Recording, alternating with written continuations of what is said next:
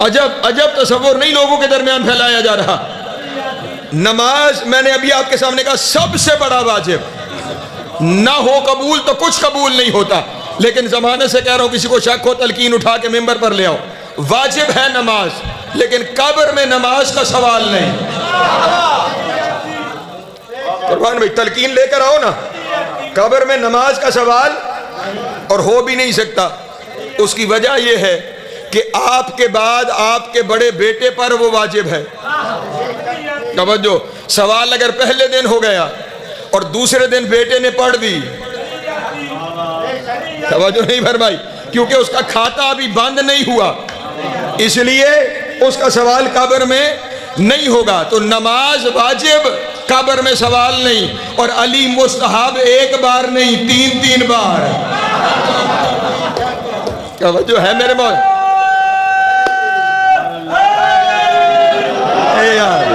توجہ اذان محترم. لیکن یہاں کسی کے ذہن میں یہ بات قطعاً نہ آنے پائے کہ میں اعمال کی اہمیت کو گھٹا رہا ہوں. میں آپ کے سامنے بار بار یہ عرض کر رہا ہوں، اعمال واجب ہیں، عزت بندگی ہے، معراج بندگی ہے. توجہ، ان اعمال کا ان کے اہمیت کو گھٹایا کیسے جا سکتا ہے جنہیں خود علی نے ادا کیا ہو. توجہ ہے نا، جنہیں خود جناب امیر نے ادا کیا ہو. لیکن اعمال کو سطح پر لے کر آؤ کہ گنتی میں آئیں. توجہ اذان محترم. اور اعمال کو کہیں کسی جگہ پر ولایت علی کے ساتھ ٹکرایا نہ جائے. توجہ اذان محترم. ہاں، اس کی وجہ یہ ہے اذان محترم، اعمال، میں بار بار اس جملے کو دہرا رہا ہوں، اعمال واجب ہیں، لیکن علی کی ولایت اور اعمال میں وجوب کا فرق جانتے ہیں؟ قربان بھائی کے بیٹھنے سے نا میرے لیے چیزیں کچھ آسان ہو گئی ہیں. اعمال بندے پر واجب تب ہوتے ہیں جب وہ بالغ ہو جائے. ایسا ہے یا نہیں؟ بچے پر اعمال واجب نہیں ہے. تو گود میں ہے ماں کی، اس پہ کیا اعمال واجب؟ کب اعمال واجب ہوں گے؟ جب بندہ بالغ ہو جائے گا. اور یہ واجب رہتا ہے اس وقت تک جب تک سانس چل رہی ہے. توجہ فرمائیے گا. ادھر سانس نکلی، ادھر اعمال کا وجوب ختم. مردہ نماز نہیں پڑھتا، مردہ روزے. توجہ فرمائیے گا. قبر میں جا کر بھی وہ وہاں پہ بھی نماز روزہ. پریشان ہو گئے ہو یار. ہاں، اعمال کب سے واجب ہیں؟ بلوغت سے لے کر قبر کی دیوار تک، سانس نکلنے تک. بلوغت سے لے کر سانس نکلنے تک جو واجب ہونا، بالغ ہونے سے لے کر موت تک جو چیز واجب ہے وہ ہے نماز، روزہ، حج، زکوٰۃ. اور علی کی ولایت وہ ہے، بچہ دنیا میں آتا ہے ادھر بھی علی ولی اللہ. آئے آئے.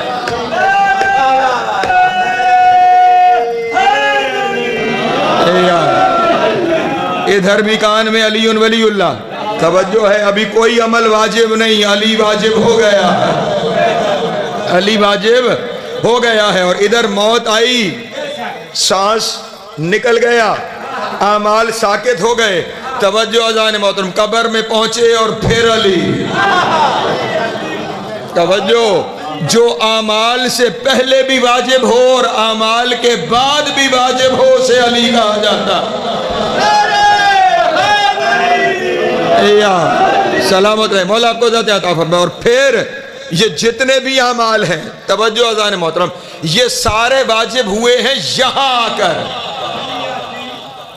یہ اعمال کہاں واجب ہوئے ہیں؟ اس دنیا میں آ کر. علی کی ولایت یہاں نہیں، وہاں بھی واجب تھی. توجہ، وہاں بھی. اور یہ صرف میرے اور آپ پر نہیں، انبیاء پر بھی جن کی ہم امتیں ہیں. توجہ اذان محترم. قرآن مجید کی ایک آیت سنے اور میں نے سمیٹا اپنے بیان کو. ایک معروف آیت ہے قرآن مجید کی. خداوند عالم نے رسول خدا سے یہ ارشاد فرمایا کہ اے میرے حبیب، ان رسولوں سے سوال کرو جنہیں ہم نے بظاہر تم سے پہلے رسول بنا کے بھیجا. توجہ، جنہیں ہم نے تم سے پہلے رسول بنا کر بھیجا ان سے سوال کرو. نبی اکرم دنیا سے پردہ فرما گئے. ایک یہودی یہ سوال لے کر دربار خلافت میں آ گئے. اور اس نے آ کر صاحب منبر سے یہ کہا کہ یہ بتائیں کہ آپ کے رسول اور آپ کے رسول سے پہلے جو رسول گزرا ہے وہ کون ہے؟ اس نے کہا ہمارے رسول محمد مصطفیٰ صلی اللہ علیہ وآلہ وسلم، اور ہمارے رسول سے پہلے جو رسول گزرے ہیں وہ ہیں حضرت عیسیٰ۔ توجہ فرمائیے گا، ہمارے رسول سے پہلے جو رسول گزرے ہیں وہ کون ہیں؟ حضرت عیسیٰ۔ اس نے کہا آپ کے رسول اور عیسیٰ کے درمیان مدت کتنی گزری؟ صاحب منبر نے کہا کہ ہمارے اور رسول اور حضرت عیسیٰ کے درمیان تقریباً 550 سال سے زیادہ کا عرصہ ہے جو ہمارے نبی اور حضرت عیسیٰ کے درمیان میں گزرا۔ تو اس نے کہا پھر آپ کے ذہن میں کوئی ایسا وقت کہ جب آپ کے رسول کی اور عیسیٰ کی ملاقات ہوئی ہو؟ توجہ، جب آپ کے رسول کی اور عیسیٰ کی کوئی ملاقات ہوئی ہو، اب ان کے سامنے ہوئی ہوتی تو بتاتے۔ انہوں نے کہا بھائی وہ 550 سال پہلے گزر گئے، ہمارے نبی بعد میں آئے، تو کوئی ان کے درمیان ملاقات نہیں ہوئی۔ میں ساری زندگی ساتھ رہا، میں نے نہیں دیکھی کہ کوئی عیسیٰ اور ہمارے نبی کے درمیان ملاقات ہوئی ہو۔ کہا جب ملاقات نہیں ہوئی تو پھر اس کا مطلب یہ ہے کہ اللہ نے تمہارے نبی کو حکم دیا ہے کہ اپنے سے پہلے والوں سے سوال کر۔ جب سوال نہیں ہوا، توجہ، ملاقات نہیں ہوئی تو سوال بھی نہیں ہوا۔ جب سوال نہیں ہوا تو اللہ کا حکم پورا نہیں ہوا، اور جو اللہ کا حکم پورا نہ کرے وہ مومن نہیں رہتا، نبی کہاں؟ پریشان ہو گیا بابا، جو حکم پورا نہ کرے وہ مومن نہیں رہتا، تو یہ تو نبی کہاں رہیں گے کہ اللہ کا حکم پورا نہیں ہوا کہ رسولوں سے سوال کر۔ اب جو تخت پہ بیٹھے ہوئے تھے وہ پریشان ہوئے، جواب بن نہیں پا رہا تھا، غصے میں آئے، تم حجتیں کرنے آئے ہو، تم ہمارا مذاق بنانے آئے ہو، نکل جاؤ دربار سے، کوئی جواب نہیں ہے تمہارے سوال کا، ہوتا تو دیتے۔ جیسے ہی وہ دربار سے جانے لگا تو یہودی بڑبڑا رہا تھا، اور بڑبڑاتے ہوئے کہہ رہا تھا کیسا دین ہے جو اپنی کتاب کی ایک آیت کا جواب نہیں دے سکتا۔ توجہ، کیسا دین ہے جو اپنی کتاب کی ایک آیت کا جواب نہیں دے سکتا۔ جب تک معاملہ سائل اور مسئول کا تھا، خاموش تھا جو کھڑا تھا وہاں پہ۔ جب معاملہ دین کا آیا، سلمان کا ہاتھ کلائی پہ آیا۔ اللہ اکبر، جناب سلمان نے اسے کلائی سے پکڑا اور کہا چل تجھے اس دروازے پر لے کر چلتا ہوں جہاں سے ہر سوال کا جواب ملتا ہے۔ توجہ اذان محترم، جہاں سے کبھی سائل خالی نہیں جاتا۔ وہ پکڑ کر یہودی کو لے آیا جناب امیر کے دروازے پہ، دق الباب ہوا، دروازہ کھلا، جناب امیر سامنے آئے۔ نہیں، میں چاہوں گا اس جملے پہ آپ شامل ہوں، اس لیے میں یوں عرض کر دیتا ہوں، دق الباب ہوا، باب اللہ کھلا، وجہ اللہ سامنے آئے ہائے سلامت رہے، مولا آپ کو ذات عطا فرمائے۔ جناب سلمان نے قدم بوسی کی، کہا مولا یہ شخص سوال لے کر دربار میں گیا تھا، اسے جواب نہیں ملا، آپ کے دروازے پر آیا ہوں تاکہ اسے جواب مل جائے، تاکہ اسے جواب مل جائے۔ جناب امیر نے کہا ہاں اسے کہو کہ یہ سوال کرے، ہم جواب دیے دیتے ہیں، جو پیارے ہونا ان کے ناز اٹھائے جاتے ہیں۔ سلمان قدموں پہ گرا اور گر کے کہنے لگا مولا اگر سوال بھی کرنا تھا تو آئے کیوں تھے؟ آئے آئے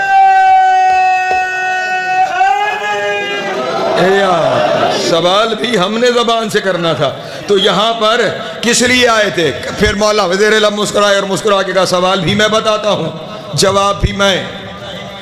ایک صلوات پڑھیں بابا سے بولا بسم اللہ۔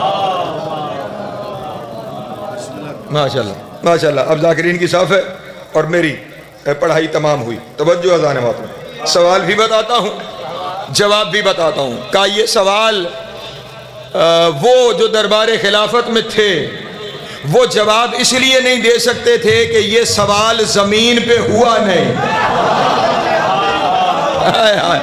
اللہ اکبر. یہیں پہ میرے مولا کا وہ فرمان ہے کہ میں ہر آیت کے بارے میں جانتا ہوں کہ کون سی آیت زمین پہ نازل ہوئی ہے, کون سی ہوا میں ہوئی ہے, کون سی خلا میں ہوئی ہے, کون سی پہلے آسمان پہ ہوئی ہے, کون سی ساتویں آسمان پہ ہوئی ہے, کون سی عرش پہ ہے, کون سی کرسی پہ ہے, کون سی کعبہ کوثین پہ ہے. اللہ اکبر. میں ہر آیت کے بارے میں جانتا ہوں. تو اب امام نے فرمایا یہ آیت نازل ہوئی ہے جب نبی معراج پہ تشریف لے جا رہے تھے. جب نبی چوتھے آسمان پہ پہنچے تو اللہ نے 1.25 لاکھ نبیوں کو وہاں اکٹھا کیا اور اکٹھا کر کے کہا میرے حبیب اب سوال کر.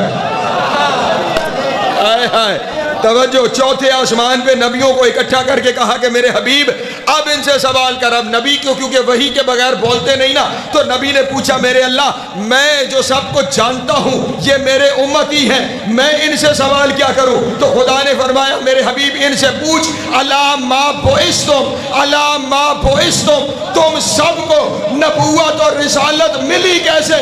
جیسے ہی نبی نے پوچھا 1.25 لاکھ نبیوں نے یک زبان ہو کر یہ کہا اولاً بے اقرار وحدانیت ہی, ثانیاً بے اقرار رسالت کا. پہلے اللہ کی توحید کا اقرار کیا اے محمد, پھر تیری رسالت کا اقرار کیا, ثالثاً بے اقرار ولایت علی ابن ابی طالب. اللہ اکبر.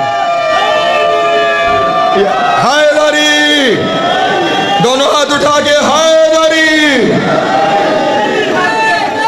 حیدر.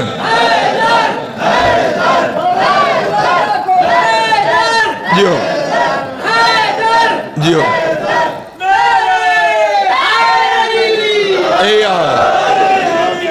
پھر ہم سارے نبیوں نے مل کر علی کی ولایت کا اقرار کیا. جو ولایت نبیوں کو معاف نہیں, امتی اس سے جان چھڑا رہا ہے. توجہ ہے میرے محترم دوستوں کی؟ ہاں ہاں یہ وہاں سے واجب ہے. توجہ. عالم ارواح سے لے کر میدان محشر کے بعد تک واجب رہنے والی حقیقت کو ولایت علی کہا جاتا ہے, جس کے بغیر نبی نہ اپنی رسالت قبول کرتا ہے نہ خدا اپنی توحید قبول کرتا ہے. اب اسی کلمہ لا الہ الا اللہ کو توحید کہا جاتا ہے کہ خدا یہ ارشاد فرما رہا ہے توحید لا الہ الا اللہ میرا قلعہ ہے, جو اس میں داخل ہو گیا وہ میرے عذاب سے نجات پا گیا. کچھ ایسے بیٹھے ہوئے تھے کہ جنہوں نے اپنے دل میں سوچنا شروع کیا کہ لو جی اب تو ہماری چھٹی ہو گئی, بس خدا کو مانیں گے, کام پورا ہو گیا, جنت ہمیں مل جائے گی, ہم اللہ کے عذاب سے صرف لا الہ الا اللہ پڑھ کے نجات پا جائیں گے. انہوں نے دل میں سوچا, امام نے سنا. آئے ہائے توجہ توجہ توجہ. ہاں ہاں جو لوگوں کی سوچوں کو سن لے اسے امام. اللہ صاحب باتیں لفظوں سے لفظ نکل آتے ہیں, میں کہتا چلوں. جو لوگوں کی سوچوں کو سن لے اسے امام کہتے ہیں, اور جو اللہ کی سوچ کو زبان دے دے اسے امام کہتے ہیں. اللہ اکبر. سلامت مولا کو زیادہ عطا فرما. ہاں ہاں جو الہی تصورات کو زبان عطا کرتا ہے اسے امام کہا جاتا ہے. لوگوں نے سوچا, امام نے ان کی سوچ کو سنا کہ یہ تو کہہ رہے ہیں کہ توحید کے ذریعے ہی ہماری بچت ہو جائے گی, اور حدیث بھی یہی تھی کہ لا الہ الا اللہ قلعہ ہے, جو بچ گیا, جو اس میں داخل ہو گیا وہ عذاب سے نجات پا گیا. ان کی سوچوں کو سنتے ہوئے امام نے فوراً ارشاد فرمایا بشرطہا و شروطہا.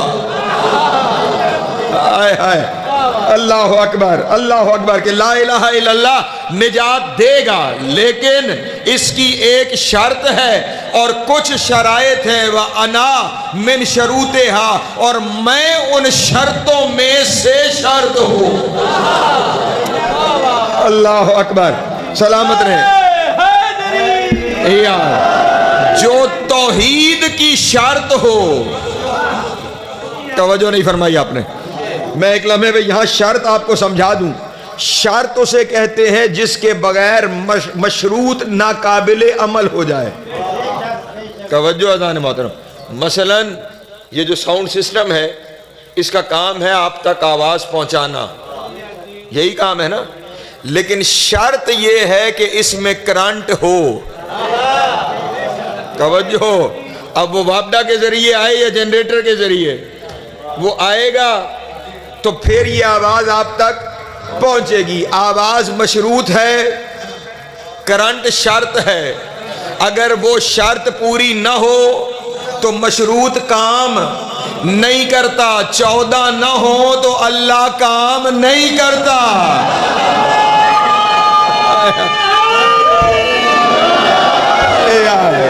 سلامت رہے، مولا آپ کو ذات عطا فرمائے۔ جناب سید سلامت۔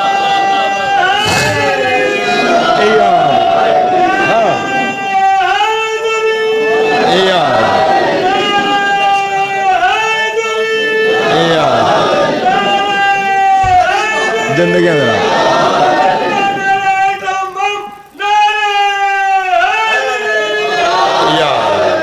سلامت رہے، مولا آپ کو ذات عطا فرمائے۔ اللہ نے اپنی توحید کی شرط ان ہستیوں کو رکھا ہے۔ تو اب زمانے میں ہر چیز، بات یاد ہے نا جو آپ کے سامنے عرض کر رہا تھا، زمانے میں ہر چیز مشروط ہے، حتیٰ کہ اللہ کی توحید بھی مشروط ہے۔ وہ جس کی ہر چیز مشروط ہے وہ وعدے پورے کرتا ہے۔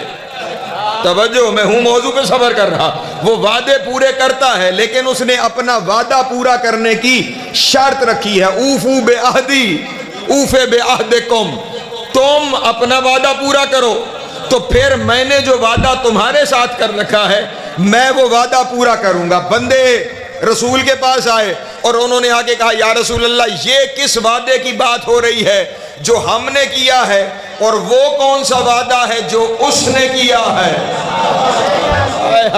توجہ، اب خیال رہے کہ آیت میں صیغہ واحد کا ہے، کسی ایک وعدے کی بات ہو رہی ہے، وہ وعدہ خدا فرما رہا ہے میں نے تمہارے ساتھ کیا ہے، اور ایک وعدہ میرے بندو تم نے میرے ساتھ کیا ہے، تم اپنا وعدہ پورا کرو گے تو میں اللہ تم سے کیا ہوا اپنا وعدہ پورا کروں گا۔ جب یہ اعلان خدا نے قرآن میں کر دیا، اب لوگ نبی کے سوا کسی کے دروازے پہ جائیں تو جائیں کہاں؟ ایک درود پڑھیں بآواز بلند عالم۔ سبحان اللہ سبحان اللہ، بسم اللہ۔ ٹھیک ہے صاحب، ماشاءاللہ۔ جناب محترم قربان جعفری صاحب تشریف فرما ہو گئے، لیکن ابھی ان کا آنا بھی میرا جانا نہیں ہے۔ مولا توڑے ناز سلامت رکھے۔ ایک صلوات بآواز بلند عالم۔ اجازت ہے حضور؟ بسم اللہ، توجہ فرمائیے گا۔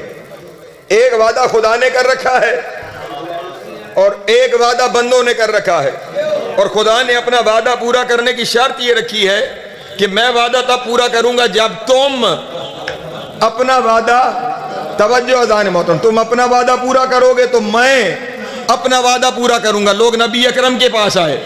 اچھا، یہاں پہ ایک اور بات اپنے دوستوں کے سامنے کہہ دوں، جن کے لیے قرآن کافی ہے وہ ذرا دکھائیں تو صحیح وعدہ کون سا ہے۔ اللہ اکبر۔ ہاں ہاں، خدا نے تو صرف اتنا کہہ دیا ایک وعدہ ہے، ایک وعدہ جو میں نے کیا ہے میں پورا کروں گا، لیکن شرط یہ ہے کہ وہ وعدہ پہلے تم پورا کرو جو وعدہ تم نے میرے ساتھ کر رکھا ہے۔ اب نہ آیت کے سباق میں وعدے کا تذکرہ ہے، نہ آیت کے سیاق میں وعدے کا تذکرہ ہے کہ وہ وعدہ وہ کون سا ہے جو اس نے کیا، وہ وعدہ کون سا ہے جو ہم نے کیا۔ تو اب جب نبی کے پاس لوگ آئے کہ یا رسول اللہ ارشاد فرمائیے وہ وعدہ کون سا ہے جو ہم نے خدا سے کیا ہے اور پورا کرنا ضروری ہے، اور وہ وعدہ کون سا ہے جو اللہ نے اس کے بدلے ہم سے پورا کرنا ہے۔ نبی نے ارشاد فرمایا اوفو بے ولایت علی ابن ابی طالب فرض من اللہ ہے اوف لکم الجنہ، تم اللہ کے ساتھ کیا ہوا ولایت علی کا وعدہ پورا کرو، پھر اللہ جنت کا وعدہ۔ اللہ اکبر، جیو سلامت۔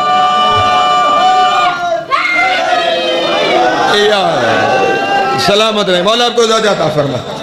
جناب سید آپ کو سلامت رکھے۔ اوفو بے ولایت علی ابن ابی طالب فرض من اللہ ہے اوف لکم الجنہ، کہ خدا اپنی جنت کا وعدہ توجہ تب پورا کرے گا جب تم علی کی ولایت کا وعدہ پورا کرو گے. میں جملہ ہدیہ کرنے جا رہا ہوں, اگر بندے میرے ساتھ شامل ہیں میں قرآن کی آیت سے جو ہدیہ کرنے جا رہا ہوں اسے ثابت بھی کر دوں گا. نبی نے فرمایا اللہ جنت کا وعدہ تب پورا کرے گا جب تم ولایت کا وعدہ پورا کرو گے. اس کا مطلب یہ ہوا جنت عمل سے نہیں ولایت سے ملتی ہے.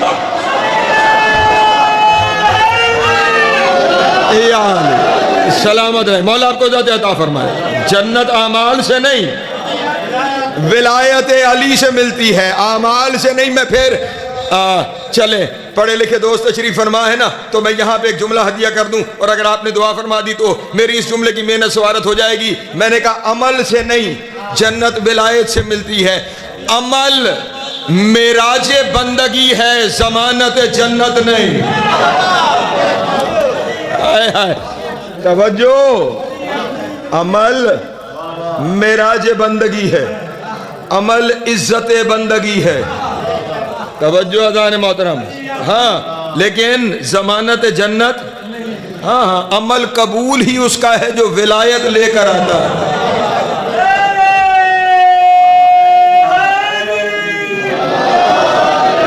چلیں میں نے ابھی آپ کے سامنے کہا نا, ایک ایک چیز کو قرآن سے آپ کے سامنے ثابت کرتا چلا جاؤں گا. میں نے کیوں کہہ دیا کہ عمل ضمانت جنت نہیں, ولایت ضمانت جنت ہے. توجہ, کیونکہ خدا نے قرآن مجید میں بہت سارے ایسے عمل کرنے والوں کا تذکرہ کیا ہے جن کا عمل ان کے منہ پہ مارا جائے گا. توجہ, سورہ فرقان سے آیت پڑھے دیتا ہوں آپ کے سامنے. خدا بند عالم نے ارشاد فرمایا فَقَدَّمْنَا إِلَىٰ مَا عَمِلُوا مِنْ عَمَلٍ فَجَعَلْنَاهُ هَبَّاءً مَنْثُورًا. قیامت کے دن کچھ لوگ ایسے ہوں گے جو میرے پاس پہاڑ جتنے عمل لے کر آئیں گے, اور میں ان کے عمل کو ایسے بنا دوں گا جیسے ریت کے ذرے.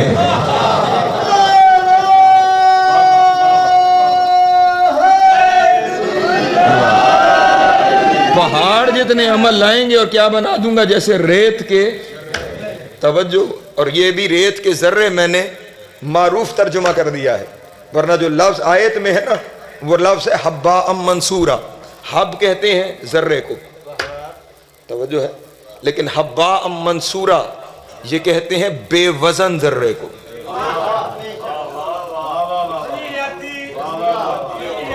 نہیں چلے, میں چاہتا ہوں کہ اس کی بے وزنی آپ کو دکھاؤں کہ وہ کتنا بے وزن ہوتا ہے. خدا جس کا ذکر کر رہا ہے وہ کتنا بے وزن ہوتا ہے, میں بھی آپ کو دکھائے دیتا ہوں. کبھی آپ گھر میں کسی ایسے کمرے میں بیٹھے ہوئے ہوں جہاں کوئی روشنی موجود نہ ہو, کوئی بلب کوئی روشنی نہ جل رہی ہو, وہاں کسی کونے سے ایک سورج کی کرن داخل ہو رہی ہو, کسی کونے سے ایک سورج کی کرن داخل ہو.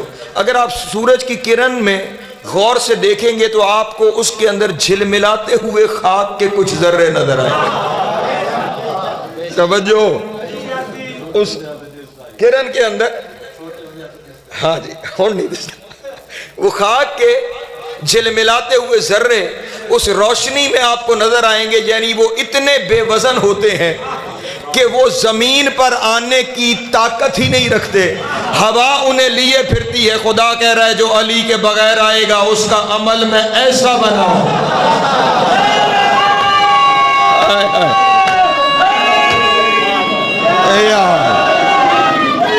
یا علی سلامت رہے, مولا آپ کو ذات عطا فرمائے. ہاں اعمال خدا بند عالم بے وزن کر دے گا, اس لیے ہر عمل قابل قبول نہیں. اگر ہر عمل قابل قبول ہوتا, توجہ اذان محترم, میں بار بار پھر آپ کے سامنے کہہ رہا ہوں, اعمال واجب ہیں, اعمال عزت بندگی ہیں, اعمال معراج بندگی ہیں, لیکن اعمال کے قبولیت کی شرط ہے. اگر ہر عمل قبول ہوتا, تمام اعمال میں سب سے بڑا عمل ہے نماز. توجہ ہے, ہاں حدیث نبوی ہے, ان قبلت قبل ما سوا فان ردت رد ما سوا. اگر یہ قبول ہو گئی تو ہر عمل قبول ہو جائے گا, اور اگر یہ رد ہو گئی تو ہر عمل رد ہو جائے گا. اسی نماز کے کچھ پڑھنے والوں کے بارے میں خدا فرما رہا ہے فویل للمصلین, لعنت ہے کچھ نمازیوں. توجہ اذان محترم. ہاں یا تو آیت قرآن سے نکالو, نکال سکتے تو ماننا پڑے گا. جس کی نماز ہے وہ خدا فرما رہا ہے کہ کچھ نمازیوں پہ میری لعنت ہے, حیف ہے ان کے لیے, ویل ہے ان کے لیے. اور کتنا بدقسمت ہوگا جو بندہ کہ پوری کوشش کر کے, محنت کر کے, وضو کر کے مصلی پہ آ کر کہے گا قربتاً اللہ, اور وہ وہاں سے کہے گا لعنت بے شمار. توجہ.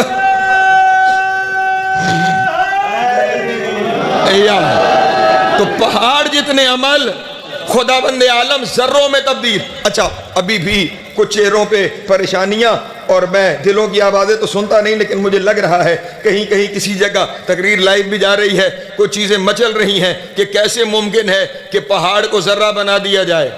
عزیزان محترم, میں ابھی آپ کے سامنے 2 حدیثیں پیش کرتا ہوں. یہ اس کی مرضی ہے, وہ چاہے تو پہاڑ کو غبار بنائے, وہ چاہے تو ذرے کو پہاڑ بنائے. توجہ. دلیل عطیہ کرتا ہوں, پریشان تو نہیں ہو رہا, دلیل پیش کرتا ہوں آپ کے سامنے کہ وہ ذرے کو پہاڑ بنا سکتا ہے, وہ پہاڑ کو غبار بنا سکتا ہے. اگر دلیل سننے کے لیے تیار ہیں تو سن لیجئے. آپ نے نبی اکرم کی ایک حدیث سن رکھی ہوگی, ذاکرین وائزین سے متصل ہو گئی, میرے موضوع سے اس لیے بیان کر رہا ہوں کہ نبی نے ارشاد فرمایا اگر کوئی شخص حضرت نوح جتنی زندگی جیے. توجہ نہیں فرمائی. حضرت نوح جتنی زندگی, جو کم سے کم روایت ہے حضرت نوح کی زندگی کی وہ 1450 سال ہے, ورنہ 2500 سال تک کی روایت موجود ہے. 1450 سال ہی مان لو. حضرت نوح جتنی زندگی جیے. توجہ اذان محترم. سارا دن روزے سے رہے, ساری رات خدا کی عبادت کرے, ساری زندگی کے ہر سال اللہ کے گھر کا حج پیدل کرے. توجہ نہیں فرما رہے. کتنے بڑے پہاڑ جتنے عمل ہیں, 1000 سال سے زائد زندگی, ہر روز روزہ, ہر رات قیام میں, ہر سال اللہ کا حج پیدل کرے, اور تھوڑا بہت نہیں, احد پہاڑ جتنا سونا اللہ کی راہ میں صدقہ کرے. توجہ اذان محترم. ہاں کوئی تولہ نہیں صدقہ کر سکتا.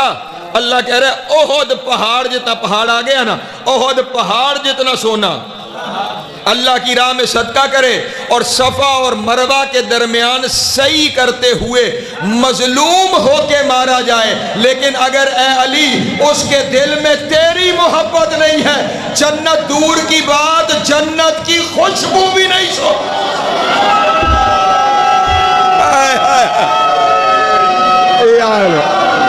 سلامت رہے, مولا عزت عطا فرمائے. جناب سید آپ کو سلامت رکھے. یہ عمل پہاڑ جتنے تھے یا نہیں تھے؟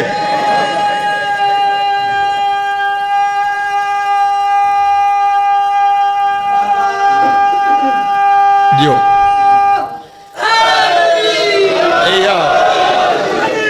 سلامت رہے. یہ اعمال پہاڑ جتنے تھے یا نہیں؟ پہاڑ جتنا سونا خدا کی راہ میں صدقہ کرے, ساری زندگی پیدل حج کرے, اور صفا و مروہ کے درمیان مظلوم ہو کر, میں بڑے آرام سے ایک اور جملہ کہہ کے گزر رہا ہوں, اللہ کرے کہیں پہنچ جائے, صفا اور مروہ کے درمیان مظلوم ہو کے مارا جائے. لفظ روایت کے یہی ہیں, کیا ہو کے؟ مظلوم ہو کے مارا جائے.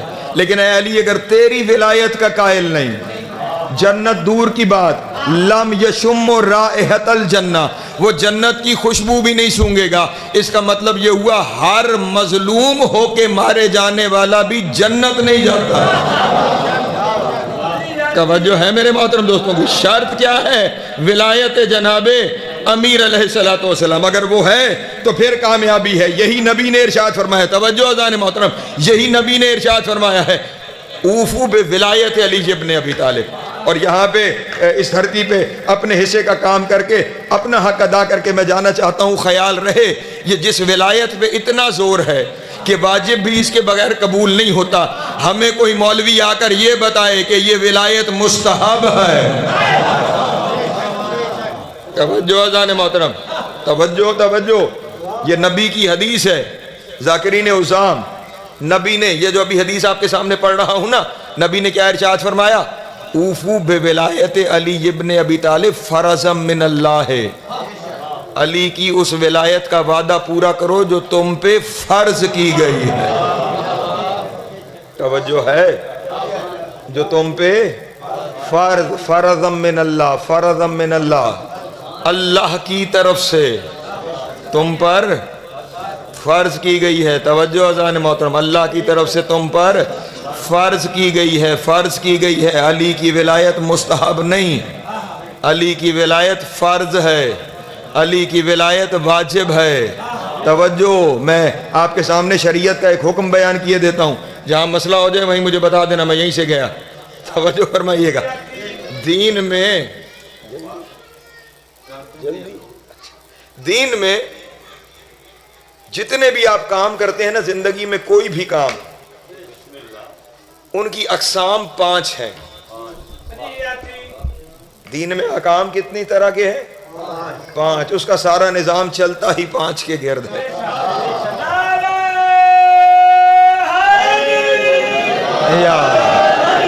اعمال کی اقسام 5 ہیں، ان 5 کے علاوہ چھٹی قسم ہے ہی نہیں. پہلا ہے واجب، پھر مستحب، پھر مباح، پھر مکروہ، پھر حرام. یہ 5 اقسام ہیں، اس کے علاوہ اور کوئی نہیں.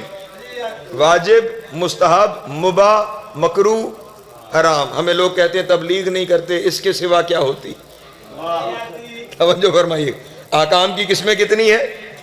5. واجب، مستحب، مباح، مکروہ، حرام. ٹھیک، ایک ایک لمحے میں ان کی تعریف بیان کر دوں. حرام اس عمل کو کہتے ہیں جسے نہ کرنا ضروری، اگر کر لیا تو روز محشر خدا پوچھے گا کہ کیوں کیا اور مار پڑے گی. توجہ، مثلا شراب پینا حرام. توجہ ہے؟ جس نے پی لی خدا روز محشر پوچھے گا جب میں نے منع کیا تھا تو پی کیوں تھی. توجہ ہے؟ اور جو پھر نہیں بتا سکے گا اسے سزا ملے گی. توجہ ہے؟ مکروہ اس عمل کو کہتے ہیں جسے نہ کرو تو بہتر، کر لو تو گناہ کوئی نہیں. پریشان ہو گئے؟ نہ کرنا بہتر، کر لو تو. مثلا یہ بات شاید آپ کو عجیب لگے لیکن مسئلہ یہ شریعت کا عرض کر دیتا ہوں. یہ ہمارے یہاں جب جانور ذبح کیا جاتا ہے تو اس کے گوشت کے علاوہ اس کی سری، پائے، گردے، کلیجی، یہ سب چیزیں جتنی کھائی جاتی ہیں یہ ساری چیزیں مکروہات میں ہیں. یہ ساری کیا ہیں؟ مکروہ. یعنی نہ کھائیں تو بہتر، کھا لیں تو گناہ کوئی نہیں. توجہ فرمائیں. کھا لیں، وہ آپ کے اپنے لیے خدا نے، کیونکہ ان چیزوں کے اندر کولیسٹرول زیادہ ہے اس لیے نہ کھائیں تو بہتر ہے، کھا لیں تو گناہ. مکروہ کسی بری چیز کا نام نہیں ہوتا. نہ کریں تو بہتر، کر لیں تو گناہ. میں کچھ چیزوں کو میں دیکھ رہا ہوں لوگ کھاتے ہیں تو ابھی پریشان ہو رہے ہیں. کوئی بات نہیں، میں بھی کھاتا ہوں کیونکہ گناہ کوئی نہیں. پریشان ہو گئے؟ پرہیز کریں تو بہتر، کر لیں تو گناہ کوئی نہیں. اس کے بعد ہے مباح. مباح اس عمل کو کہتے ہیں جس کا ثواب اور گناہ سے تعلق نہ ہو. کرو تو ثواب کوئی نہیں، نہ کرو تو گناہ کوئی نہیں. میں یہاں سے باہر نکلوں، میرا چائے پینے کو جی چاہے، میں چائے پی لوں تو ثواب کوئی نہیں، بغیر پیے چلا جاؤں تو گناہ کوئی نہیں. اس عمل کو کیا کہا جاتا ہے؟ مباح، جس کا ثواب گناہ سے تعلق نہ ہو. اس کے بعد اگلا عمل مستحب. کرو تو ثواب بڑا، نہ کرو تو روز محشر اللہ پوچھے نہیں کہ کیوں نہیں کیا. توجہ. میں یہاں سے باہر نکلا، کوئی فقیر کھڑا تھا، اس نے دستے سوال دراز کیا، میں اس کا سوال پورا کر دوں تو ثواب بہت ہے، لیکن میں کسی وجہ سے نہ پورا کر سکوں تو خدا کل مجھ سے پوچھے گا نہیں. توجہ ہے؟ ابھی ظہرین کی نماز کا وقت داخل ہو گیا. ظہر کی نماز میں 4 واجب رکعتوں سے پہلے 8 رکعتیں مستحب ہیں، وہ 2 کر کے پڑھی جاتی ہیں. توجہ ہے؟ وہ جو 8 رکعتیں 4 واجب رکعتوں سے پہلے ہیں وہ مستحب ہیں. وہ اگر آپ پڑھیں تو ثواب بہت ہے، لیکن روز محشر خدا ان کے بارے میں پوچھے گا نہیں. توجہ اذان محترم کہ وہ رکعتیں کیوں ادا نہیں کی تھی. یعنی مستحب اس عمل کو کہتے ہیں جس کا ثواب ہو، لیکن روز محشر اللہ ان کے بارے میں پوچھے نہیں کہ یہ کیوں نہیں کیا تھا. جبکہ واجب اس عمل کو کہتے ہیں کہ جسے کرنا ضروری ہے، اور روز محشر خدا اس کے بارے میں سوال کرے کہ یہ عمل کیوں نہیں کیا۔ اس عمل کو واجب کہتے ہیں، یعنی مستحب وہ عمل کہ جس کا ثواب ہو لیکن اللہ پوچھے نہیں، اور واجب وہ عمل جس کے بارے میں اللہ سوال کرے۔ اگر علی کی ولایت مستحب ہے تو پھر اللہ روز محشر علی کی ولایت کے بارے میں سوال کیوں کر رہا؟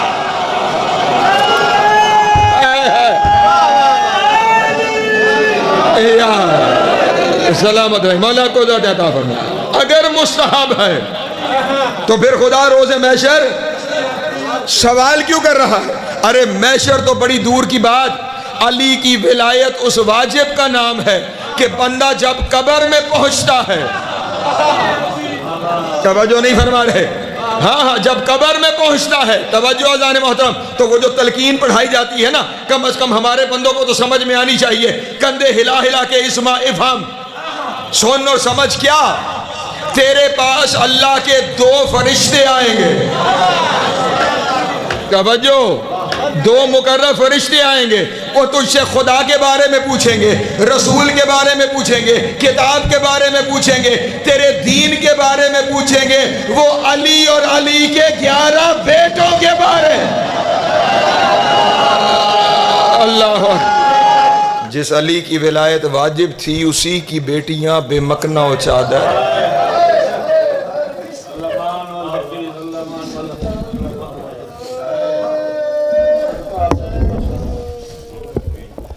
اللہ مجلس اعزا کا مقصد یہ آنسو ہیں، جن آنسوؤں کے لیے ایک بی بی بکی چھوڑ کر آئی ہے،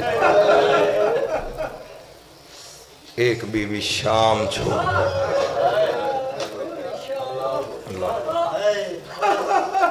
مولا ہے قبول فرمائے۔ بس ایک روایت مصائب کی، خدا بند عالم گل شاہ صاحب کے درجات بلند فرمائے اور ان کے بچوں کو مزید ترقیاں عطا فرمائے، یہ ولایہ علی ازائے حسین کے سلسلے نسلوں میں قائم و دائم رہیں۔ نبی کے ایک صحابی ہیں، نام ہے سہل ابن سعد ساعدی۔ سہل بیان کرتے ہیں کہ میں نے 60 ہجری کا وہ حج ادا کیا جو حسین نے چھوڑ دیا۔ اللہ اکبر، ساری زندگی رونے کے لیے یہی جملے کافی ہیں۔ امت حج ادا کرتی رہی، اہل بیت حج چھوڑ کے چلے۔ کہتا میں نے مولا ہائے قبول کر، میں نے وہ حج ادا کیا جو حسین چھوڑ کے چلے گئے تھے۔ وہ کہتا ہے میں حج ادا کرنے کے بعد بیت المقدس کی زیارت کے لیے فلسطین کے سفر پہ روانہ ہو گیا، اور کہتے سفر کرتے کرتے میرا گزر شام سے ہوا۔ وہ کہتا جب میں شام میں داخل ہوا تو سفر کے مہینے کے ابتدائی ایام تھے۔ وہ کہتا جب میں شام میں پہنچا تو میں نے دیکھا بازار سجائے جا رہے ہیں، دربار سجائے جا رہے ہیں، بازاروں میں شادیانے اور ڈھول بجائے جا رہے ہیں۔ شام کے لوگوں نے نئے زرق برق لباس پہن رکھے ہیں اور ایک دوسرے سے گلے مل کر ایک دوسرے کو مبارک دے رہے ہیں۔ سہل کہتے ہیں میرے ذہن میں خیال آیا، میں نے سنا تو یہی تھا کہ شام مسلمانوں کا ملک ہے اور سفر کے مہینے میں مسلمانوں کی تو کوئی عید نہیں۔ آئے آئے اللہ اکبر، سفر کے مہینے میں مسلمانوں کی تو کوئی عید نہیں ہے، پھر یہ لوگ مبارک کس چیز کی دے رہے ہیں؟ انہوں نے نئے کپڑے کیوں پہنے ہوئے ہیں؟ یہ بازار اور دربار سجائے کیوں جا رہے ہیں؟ وہ کہتے ہیں میں نے ایک شامی کو قریب بلایا اور میں نے بلا کر کہا کہ اس مہینے میں عید تو کوئی نہیں، تمہارا کوئی مقامی تہوار ہے جس کی وجہ سے اتنے خوش ہو، مبارک دے رہے ہو، نئے کپڑے پہنے ہوئے ہیں؟ کہتا ہے وہ شامی ہنسا اور ہنس کے مجھے کہنے لگا مسافر لگتا ہے۔ سہل کہتا ہے میں نے کہا ہاں مسافر ہوں، میں تجھ سے آیا ہوں، بتا تو صحیح خوشی کاہے کی، کس بات پہ خوش ہو، کس بات پہ مبارک دے رہے ہو؟ جملہ یہی سمجھ میں آ گیا تو مجھے شاید آگے پڑھنے کی ضرورت ہی نہیں۔ کہتا ہے اس شامی نے ہنس کے کہا ہمارے بادشاہ کا ایک باغی تھا وہ مارا گیا۔ ہائے اللہ اکبر اللہ اکبر اللہ اکبر، ہمارے بادشاہ کا ایک باغی تھا وہ باغی مارا گیا ہے۔ اور اگلا جملہ قیامت کا یہ ہے، اس نے ہنس کے کہا باغی کا سر نیزے پہ سوار کر کے، اللہ اکبر، باغی کی بہنوں کے ہاتھ یہاں بندوا کر، اجرکم اللہ، اس قیدیوں کے قافلے کو ابھی بازار سے گزارا جائے گا، اس لیے یہ بازار اور دربار سجائے جا رہے ہیں۔ اب سہل کیونکہ صحابی رسول تھا، کہتا ہے میں تڑپ گیا، میں 2 قدم پیچھے ہٹا اور میں نے اس سے کہا کلمہ کس کا پڑھتے ہو؟ اللہ اکبر، کلمہ کس کا پڑھتے ہو؟ کہتا ہے وہ شخص کہنے لگا ہم محمد کا کلمہ پڑھتے ہیں۔ کہتا ہے محمد کا نام آنا تھا، میں نے اسے تڑپ کر کہا کلمہ محمد کا پڑھتے ہو؟ میں صحابی ہوں محمد کا، میں محمد مصطفیٰ کے ساتھ میدان خیبر میں موجود تھا، مرحب یہودی کا لاشا میدان کے درمیان میں پڑا ہوا تھا، اور وہاں سے اس کی بہن صفیہ نے گزرنا تھا۔ نبی نے اپنے صحابیوں سے کہا یہودی کی لاش پہ کپڑا ڈالو۔ اللہ اکبر، میری غیرت نہیں گوارا کرتی کہ کسی بھائی کی لاش کو بہن اس انداز میں دیکھے۔ تم کیسے مسلمان ہو؟ کلمہ بھی محمد کا، بھائی بھی ذبح کر دیا، بہن کو بھی۔ اجرکم اللہ، تمہاری ہائے بلند ہو گئی مجلس میں، مولا ہائے قبول کرے۔ جناب سیدہ آپ کا خاتم کرو، تم کیسے مسلمان ہو؟ بھائی کو ذبح کر دیا ہے، بہن کو قید کر کے لے آئے ہو۔ کہتا میں نے اسے پوچھا پتہ قافلے نے آنا کہاں سے ہے؟ کہتا اس نے باب الساعد کی طرف اشارہ کیا، میں چلتے ہوئے باب الساعد پہ پہنچا۔ اگر رو سکو تو جملہ کہوں، سہل کہتا ہے 3 دن بازار سجتا رہا۔ اللہ اکبر، 3 دن قیدی بازار کے باہر انتظار کرتے رہے۔ جب 3 دن بعد بازار سج گیا، اب قیدیوں کو بازار میں داخل ہونے کی اجازت ہوئی۔ اگلے جملے ساخت ہیں، مجھے معاف کرنا، سہل کہتا ہے قیدیوں کا قافلہ بازار میں کچھ اس طرح داخل ہوا کہ آگے آگے نیزوں پہ سر تھے۔ آئے ہائے، اجرکم اللہ، اجرکم اللہ۔ وہ کہتا ہے میں ایک ایک سر کو غور سے دیکھتا رہا اور دیکھ دیکھ کے کہتا رہا باغی لگتے تو نہیں۔ اللہ اکبر، یہ چہرے سے باغی لگتے تو نہیں۔ مولا کا عظیم نوحہ خان بیٹھا ہوا ہے، مصائب مولا کے بیان کرتا ہے، عجب جملہ ہے۔ وہ کہتا ہے قیامت مجھ پہ تب ٹوٹی جب میں نے دیکھا 6 مہینے کے بچے کا۔ اللہ اکبر، اللہ اکبر، 6 مہینے کے بچے کا سر لایا گیا۔ اس وقت میری ہائے نکل گئی، میں نے رو کے کہا جنگ نہیں ہوئی، ظلم ہوا ہے، ورنہ 6 مہینے کے بچے کہاں، جنگ کا میدان۔ اجرکم اللہ، اجرکم اللہ، مولا کی ہائے قبول کریں۔ مصائب کی نگری ہے نا۔ اگلا جملہ پھر ہدیہ کرنے لگوں، کہتا ہے جب سر گزرے نا، یہ جملہ سمجھنے کا ہے، تشریح میں نہیں جا سکوں گا۔ وہ کہتا ہے جب سر گزرے نا تو میں نے دیکھا پیچھے ایک بوڑھا قیدی۔ اجرکم اللہ، اجر کی ہائے بلند ہو گئی ہے۔ جو جانتے ہیں وہ قیدی کون ہے؟ وہ کہتا ہے پیچھے میں نے دیکھا ایک بوڑھا قیدی ہے جس کی کمر جھکی ہوئی ہے، جس کی کمر جھکی ہوئی ہے۔ وہ کہتا ہے دور سے مجھے نظر آیا اس کے گلے میں وزنی توق ہے، توق کی وجہ سے اس کی کمر جھکی ہوئی ہے، لیکن کہتا ہے جب میں قریب گیا نا قیامت اس سے بڑی تھی، کیونکہ اس کے گلے میں صرف توق نہیں تھا، ایک رسی بھی تھی۔ اس رسی کے ساتھ ایک 5 سال کا بچہ بھی بندھا ہوا تھا، اور جب قیدی سر اٹھانے لگتا تھا وہ بچہ رو کے کہتا تھا بابا سر نہ اٹھانا، او بابا میرا سانس بند ہو گیا۔ وہ قیدی پھر سر جھکا لیتا تھا۔ اجرکم اللہ، اجرکم اللہ، اجرکم اللہ، مولا آپ کی ہائے قبول کرے۔ جناب سید آپ کا ماتم قبول کرے۔ کہتا چلتا چلتا میں قیدی کے پاس گیا اور میں نے قیدی کے قریب جا کر کہا ایھا الضعیف۔ جو مذاہب سمجھنے والے لوگ بیٹھے ہیں، کسی 23 سال کے جوان کو کوئی بوڑھا ضعیف کہے، اللہ اکبر، ایھا الضعیف، اللہ اکبر، من ای بلد، کس شہر سے تعلق رکھتا ہے؟ کہتا ہے اس قیدی نے سر جھکائے ہوئے کہا مدینہ۔ اللہ اکبر، کہتا ہے مدینے کا لفظ آنا تھا، مجھے اس کا لہجہ جانا پہچانا محسوس ہوا۔ کہتا پھر میں نے سر کو جھٹکا نہیں، جس کا لہجہ ہے وہ تو 24 سال کا جوان ہے، یہ تو بوڑھا قیدی ہے۔ کہتا پھر میں نے تسلی کے لیے پوچھا کون سا مدینہ؟ کہتا اس نے سر جھکائے ہوئے کہا محمد کا مدینہ۔ کہتا ہے محمد کے مدینے سے اب جو میں اور تڑپا تو میں نے آگے ہاتھ بڑھا کے اس کی ٹھوڑی کے نیچے رکھ کے جیسے ہی اس کا چہرہ اوپر اٹھایا اس کی آنکھوں سے خون جاری تھا اور اس نے رو کے کہا چچا سہیل جب امیر غریب ہو جائے تو اپنے بھی نہیں پہچانتے، سہیل پہچان میں سید سجاد اور میں حسین کا بیٹا۔ یہ سننا تھا سہیل تڑپا، تڑپ کر کہا اگر تو سجاد ہے عباس کہاں گیا؟ عباس کا نام آنا تھا۔ سجاد نے کہا وہ میرے بابا حسین کا سر ہے، وہ گھوڑے کی گردن میں عباس کا سر ہے، اور سہیل میرے سارے مارے گئے۔ اور سہیل پیچھے نہ دیکھنا، پیچھے علی کی بیٹیاں بغیر چادر۔ اجرکم اللہ، اجرکم اللہ۔ مولا آپ کی ہائے قبول کرے، سید آپ کا ماتم قبول کرے۔ بس ختم ہوا میرا بیان۔